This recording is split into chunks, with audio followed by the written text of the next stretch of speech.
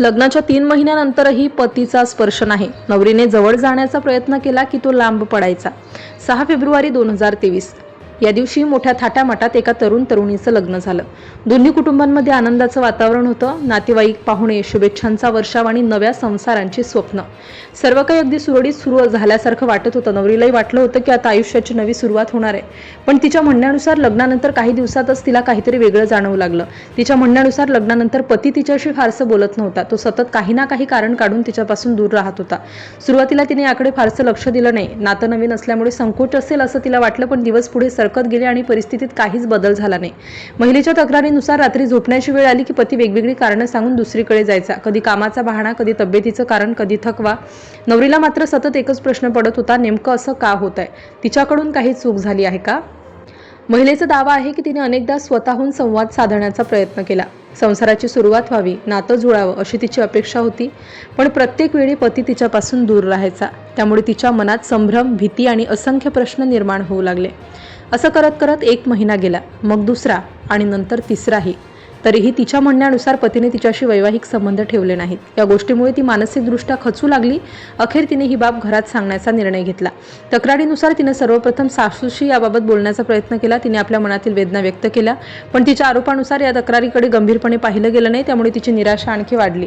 काही दिवसांनी ती माहेरी गेली. तिच्या आईने तिच्या चेहऱ्यावरचं दुःख ओळखलं. बराच वेळ विचारल्यानंतर तिने घडत असलेला पूर्ण प्रकार आईला सांगितल्याचं तक्रारीत नमूद आहे. हे ऐकून तिच्या कुटुंबालाही मोठा धक्का बसला. महिलेच्या म्हणण्यानुसार काही दिवसांनी पती तिला परत घेण्यासाठी माहेर आला. त्यावेळी तिच्या आईने थेट त्याला प्रश्न विचारला, संसार का सुरू होत नाही? मुलीला का टाळलं जातंय? या प्रश्नांची उत्तरं ऐकण्यासाठी सगळेच उत्सुक होते. याच ठिकाणी तक्रारीनुसार एक धक्कादायक दावा समोर आला. पतीने कथितपणे आणखी पैशांची मागणी केली. महिलेच्या आरोपानुसार अतिरिक्त रक्कम मिळाल्याशिवाय हनीमूनला जाणार नाही असं सांगण्यात आलं. महिलेच्या तक्रारीत असा आरोप आहे की दोन्ही कुटुंबांमध्ये चर्चा झाल्यानंतर काही रक्कम देण्यात आली, कारण हा संसार टिकावा. दोघांमध्ये मतभेद सुरू व्हावेत अशी सर्वांची इच्छा होती. सर्व काही आता सुरळीत होईल अशी अपेक्षा निर्माण झाली. त्यानंतर हे जोडपं हनीमूनसाठी बाहेर गेल्याचं तक्रारीत नमूद आहे. नवरीलाही वाटलं की आता तरी आयुष्याला नवी दिशा मिळेल, पण तिच्या म्हणण्यानुसार तिथेही परिस्थितीत अपेक्षित असा बदल झाला नाही. महिलेच्या आरोपानुसार हनीमून दरम्यान तिचे काही खासगी फोटो आणि व्हिडिओ काढण्यात आले.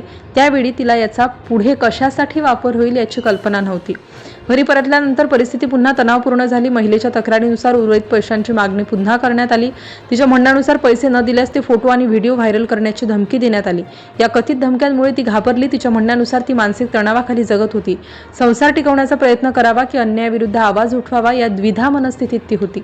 काही दिवस तिने हे सर्व काही सहन केल्याचा दावा तिनं केला. परिस्थिती बदलण्याची आशा ती बाळगत होती, पण तिच्या म्हणण्यानुसार गोष्टी अधिकच बिघडत होत्या. अखेर तिने पतीचं घर सोडण्याचा निर्णय घेतला. माहेरी परतल्यानंतर तिने पूर्ण घटना आपल्या कुटुंबियांना सांगितली. यावेळी मात्र प्रकरण दडपून ठेवायचं नाही असा निर्णय घेण्यात आला. यानंतर हे प्रकरण पोलिसांपर्यंत पोहोचलं.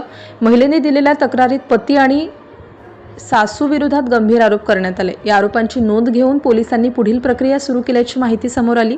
या प्रकरणात महत्त्वाची गोष्ट म्हणजे हे सर्व दावे महिलेच्या तक्रारीवर आधारित आहेत. या आरोपांबाबत संबंधित व्यक्तींची बाजू किंवा न्यायालयीन निष्कर्ष समोर आलेले नाहीत.